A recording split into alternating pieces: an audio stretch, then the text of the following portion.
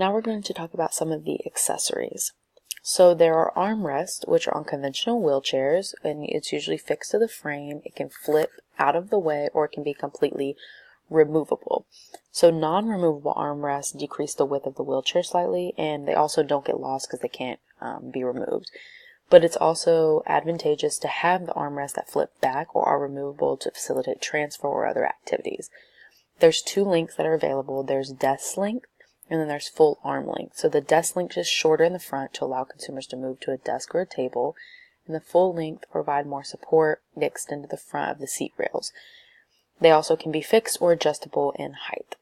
So then you have the leg rests, and foot plates, They support the legs and the feet. So they're taken together, and the two components are often called the front rigging of the wheelchair.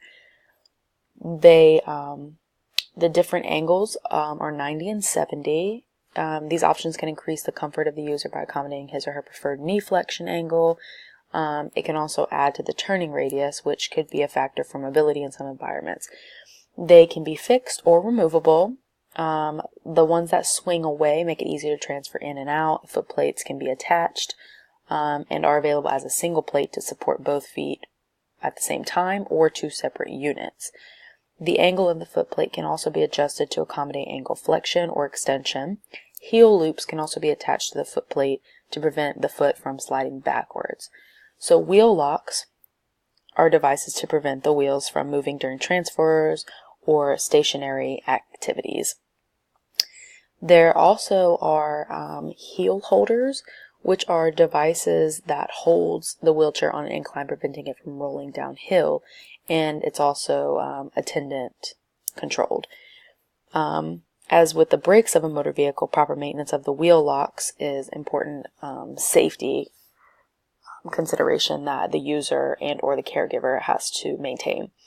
Anti-tip devices are the small wheels attached by a rod mounted at the back of the chair, which prevents it from tipping backwards.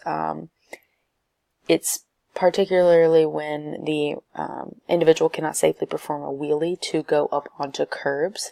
So most people will have them because they aren't as comfortable with doing such obstacles. So then you have the push handles, which are used by an attendant or a caregiver to maneuver the chair. Some are adjustable in height, and it can accommodate different heights of individual who push the chairs. A lot of times they sell extended handles for pediatric chairs to avoid low back strain for the individual pushing the actual chair.